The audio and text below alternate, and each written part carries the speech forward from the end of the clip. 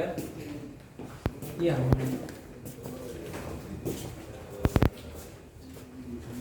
Baik, kita mulai teman-teman. Assalamualaikum warahmatullahi wabarakatuh. Mana puasanya masih semangat ya siang-siang hari ini? Atau masih pada puasa? Baik, kita mulai sharing session hari ini. Karena kita berada di Kalbar, mari kita ucapkan salam suku Dayak ini.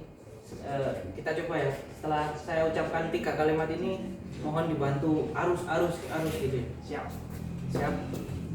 Adil Katalino Bacuramin Kasaruga Basengat Kajubata. Arus. Nah, itu artinya sendiri, adil ke sesama manusia, bercermin ke surga. Nafas hidup itu berasal dari Tuhan. Itu arus sendiri artinya setuju. Baik, sharing ini adalah untuk memenuhi tugas saya sebagai tugas action learning PJJ Public Speaking Angkatan 2 BDK Malang. Ini tentang judulnya kampanye kendaraan listrik. Ini pertama kita ulas dulu 3 keraguan terbesar untuk beralih ke kendaraan listrik ya. Pertama, jarak tempuh yang masih terbatas dan lama untuk diisi ulang. Sebenarnya untuk jarak tempuh itu bisa berapa saja, bisa 100-200 km pun bisa, asal baterainya muat untuk diletakkan di sepeda atau mobilnya ya.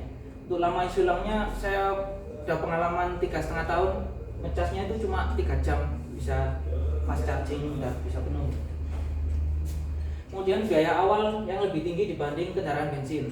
Sebenarnya ini untuk investasi ya, benar memang harga baterai itu masih mahal. Cuma untuk tarif ngecasnya sendiri itu cukup murah. Jadi misalnya bensin itu 10.000, dengan listrik itu cuma 2.000 rupiah dengan jarak yang sama. Jadi lebih hemat di jangka panjangnya. Kemudian kecepatan terbatas atau lambat, takut kesetrum atau sebenarnya untuk kecepatan sendiri sekarang sudah ada mobil yang bisa dari 0 sampai 100 meter itu cuma 2,9 detik. Itu mereknya Rimac Nevera. Keuntungan untuk memiliki kendaraan listrik dibanding bensin, energi dikonversi ke kinetis itu lebih optimal ya daripada bahan bakar fosil atau bensin. Karena bensin itu masih mengeluarkan suara dan panas. Itu misalnya bahan bakarnya bensin itu jadi terbagi menjadi 3, ada suara, panas, dan gerak. Sedangkan untuk listrik sendiri itu langsung dikonversi menjadi tenaga gerak. Kemudian ada fitur regenerative braking system. Ini hanya dimiliki oleh listrik ya. Kalau bensin misalnya dalam turunan dari gunung ke bawah itu bisa dikonversi menjadi energi untuk mengecas, menjadi roda itu sebagai generator listriknya. Jadi kembali mengisi baterai. Untuk kalau bensin kan turun nggak bisa diserap lagi menjadi energi gerak.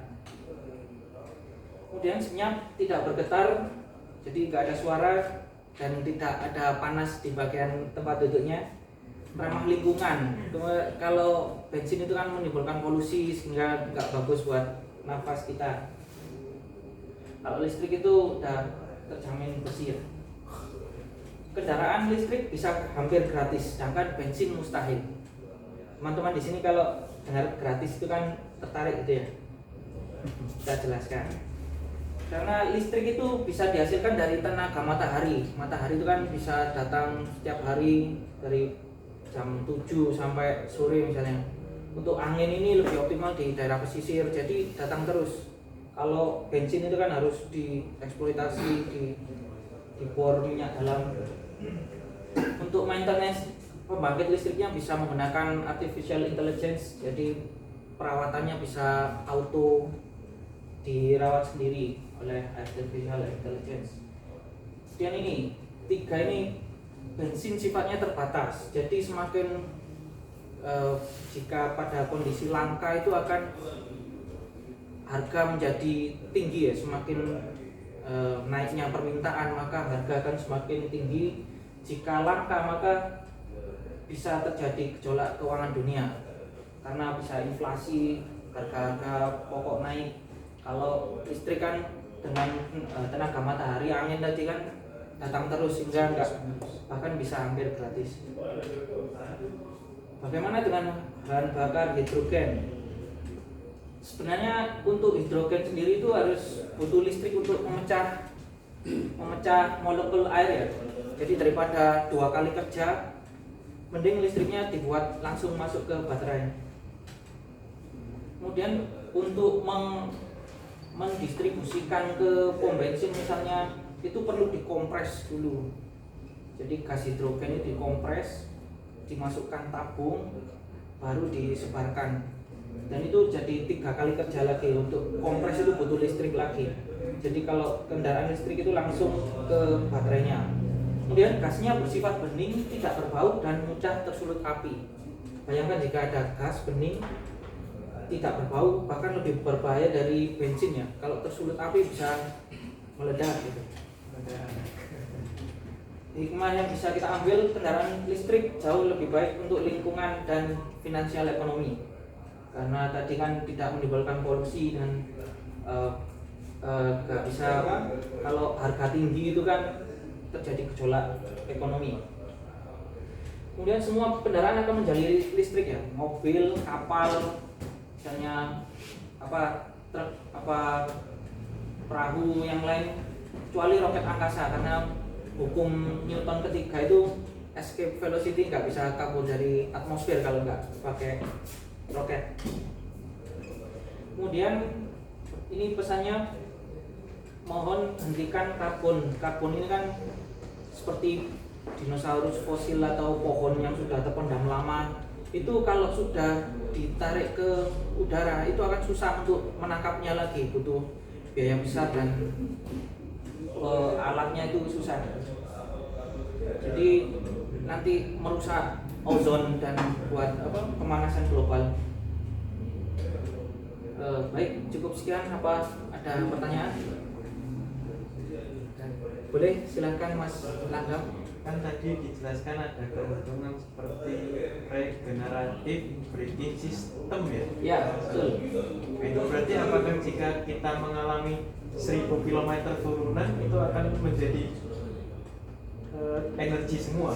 Atau kita nggak perlu mengeluarkan energi di dalam baterai mobil sepeda listrik itu, kendaraan listrik itu? Jadi untuk regeneratif braking system ini bisa efisiensinya bisa 50%. Jadi misalnya efisiensinya ya ada. Tapi kan katanya tadi dia bisa menghasilkan listrik lagi. Bisa. Jadi dalam turunan itu roda digunakan sebagai generator listrik. Jadi seperti ada sepeda yang memakai lampunya nyambung ke itu. Nah, itu ketika rodanya berputar itu dibuat listrik. Jadi listriknya masuk ke baterai. Jadi bisa menambah jarak lagi. Kalau bensin kan nggak bisa, jadi ya turun saja, nggak ada listrik yang bisa masuk. Jadi selama ini kendaraan listrik itu sudah ada fitur itu semua. Jadi kalau Kebanyakan dia ada. di jalan turunan dia efektif, efisien gitu ya? Iya, mayoritas yang versi terbaru sudah ada. Untuk yang punya saya sementara belum ada yang merek gitu. Di sini saya nggak menyebutkan merek ya, cuma gerakannya aja. Untuk kampanye kendaraan listrik. Ada lagi pertanyaan? Mbak, kakak mungkin? Baik, mungkin cukup sekian mengingat keterbatasan waktu. Mohon maaf jika ada salah kata, semoga bermanfaat. Wassalamualaikum warahmatullahi wabarakatuh. Waalaikumsalam.